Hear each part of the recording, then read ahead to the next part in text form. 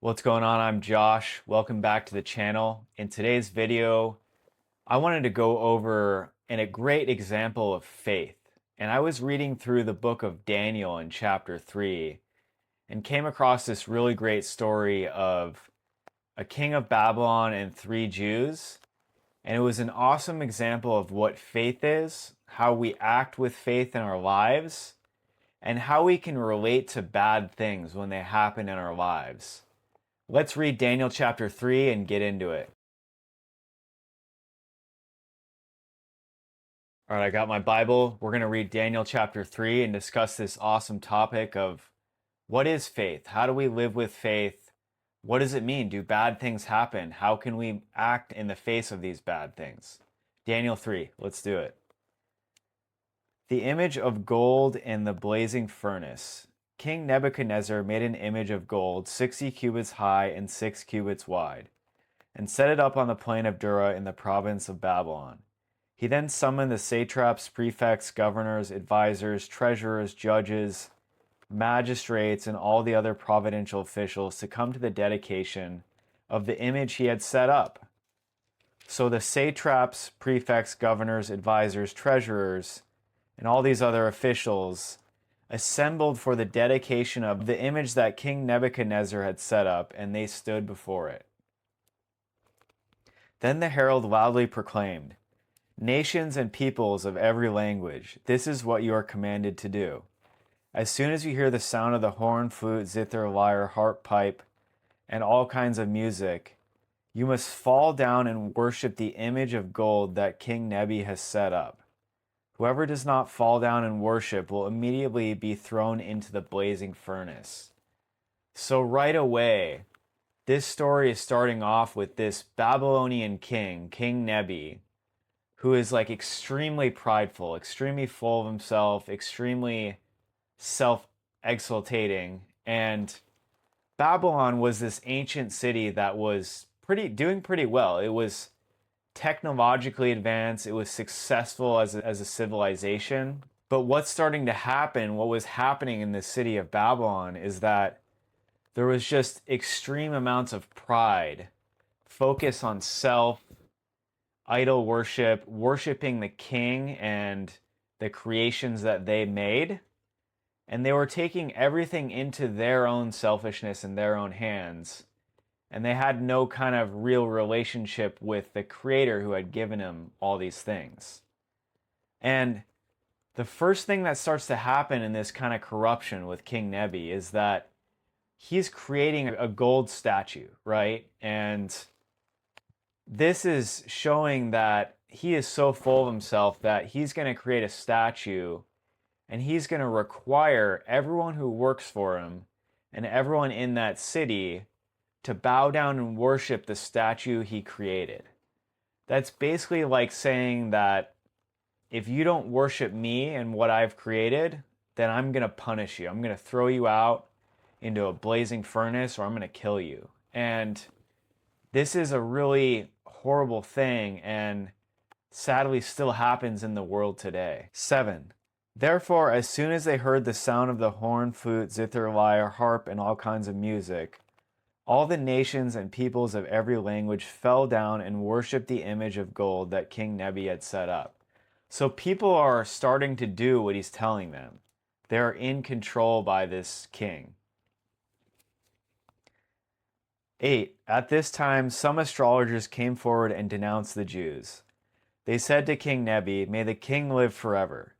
Your Majesty has issued a decree that everyone who hears the sound of the horn, flute, zither, lyre, harp, pipe, and all kinds of music must fall down and worship the image of gold, and that whoever does not fall down and worship will be thrown into a blazing furnace. But there are some Jews whom you have set over the affairs of the province of Babylon, Shadrach, Meshach, and Abednego, who pay no attention to you, your Majesty. They neither serve your gods nor worship the image of gold you have set up." So this is key. There's these three Jews who were working and living in this city, in this place of Babylon, and they were unwilling to accept that they had to worship this king and the idol that he had created. And this is the start of a really awesome example of what faith is. Furious with rage, Nebi summoned Shadrach, Meshach, and Abednego. So these men were brought before the king, and King Nebi said to them, "Is it true, Shadrach, Meshach, and Abednego, that you do not serve my gods or worship the image of gold I have set up? Now when you hear the sound of the horn, flute, zither, lyre, harp, pipe, and all kinds of music, if you are ready to fall down and worship the image I made, very good. But if you do not worship it, you'll be thrown immediately into a blazing furnace. Then what God will be able to rescue you from my hand?" So this king is saying that he is supreme over God. That's what he's claiming here, that nothing's going to be able to save them from this blazing furnace. 16. Shadrach, Meshach, and Abednego replied to him, "King Nebuchadnezzar, we do not need to defend ourselves before you in this matter. If we are thrown into the blazing furnace, the God we serve is able to deliver us from it, and he will deliver us from your majesty's hand.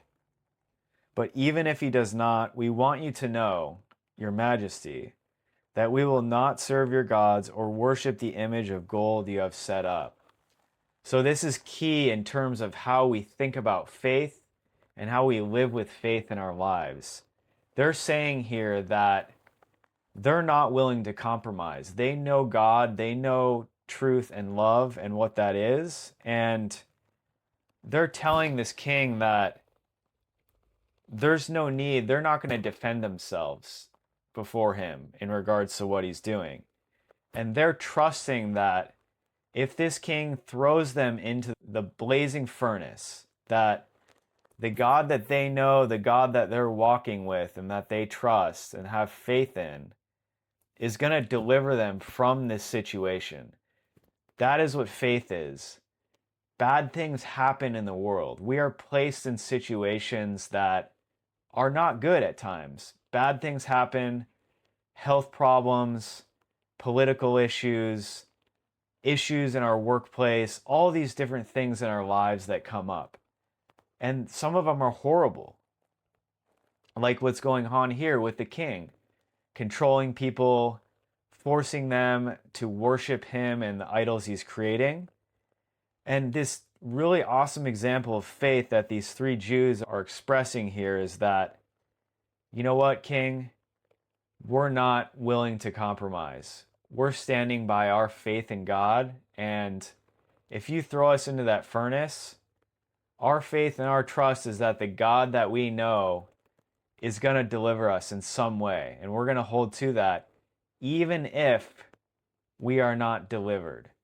What that is saying is that these three Jews, the amount of faith that they have is saying that we love the God we know so much that even if he doesn't deliver us, even if God does not save us from this fiery furnace, we are putting our trust and our faith in him no matter what, live or die. And for me, that's a really, really awesome example of what faith really is, because in order for faith to be fully complete in the soul, mind, body, spirit, with Jesus, with God, each of us individually has to reach a place within us where no matter what happens, even if something bad happens in our life, we are secure in God, in Jesus. We have an eternal home. We know where we're going. We know who God is. We know who Jesus is. And even if something bad happens to us to the point of death, that's how we're going to ride or die. And I think that this is a really awesome example of what faith is in our lives, in situations, and how we act with this strength and this faith. 19. Then Nebuchadnezzar was furious with Shadrach, Meshach, and Abednego, and his attitude toward them changed. He ordered the furnace heated 7 times hotter than usual, and commanded some of the strongest soldiers in his army to tie up Shadrach, Meshach, and Abednego and throw them into the blazing furnace. So these men, wearing their robes, trousers, turbans, and other clothes, were bound and thrown into the blazing furnace. The king's command was so urgent and the furnace so hot that the flames of the fire killed the soldiers who took up Shadrach, Meshach, and Abednego, and these 3 men, firmly tied, fell into the blazing furnace. Then King Nebi leaped to his feet in amazement and asked his advisors, "Weren't there 3 men that were tied up and thrown into the fire?" They replied, "Certainly, your majesty." He said, "Look, I see 4 men walking around in the fire, unbound and unharmed, and the 4th looks like a son of the gods." So just real quick, this is showing that these 3 Jews were thrown into the fire. They were in a horrible situation, a risk of destroying their lives. And not only were they in this fire unharmed and unbound, but there was a 4th person, a son of God. And we could consider that we could consider that Christ, we could consider that angels. There's someone that's helping them through the fire in this situation. There's a 4th person. 3 humans were thrown in, the 3 Jews, and there's a 4th person that's coming to help them through the fire and to make sure that they're not destroyed, that their life isn't destroyed by this horrible situation and this fire. 26. Nebuchadnezzar then approached the opening of the blazing furnace and shouted, "Shadrach, Meshach, and Abednego, servants of the Most High God, come out, come here." So they came out of the fire, and the satraps, prefects, governors, and royal advisors crowded around them. They saw that the fire had not harmed their bodies, nor was a hair of their heads singed. Their robes were not scorched, and there was no smell of fire on them. Then Nebuchadnezzar said, "Praise be to God of Shadrach, Meshach, and Abednego, who has sent his angel and rescued his servants. They trusted in him and defied the king's command and were willing to give up their lives rather than serve or worship any god except their own God. Therefore I decree that the people of any nation or language who say anything against their God be cut into pieces and their houses be turned into piles of rubble. For no other God can save in this way." Then the king promoted the 3 of them in the province of Babylon. What a cool story of faith, and it's just such a good example of what faith actually means, what it is in us, what it is in the actions we take in the world, and how we deal with bad things when they happen. Because let's be real, the world we're living in, the things that we encounter, the challenges, the hardships, the troubles that we are going to stumble across in our life on this planet, they're real. They happen. Bad things happen in the world. God does not, unfortunately, get rid of all bad things.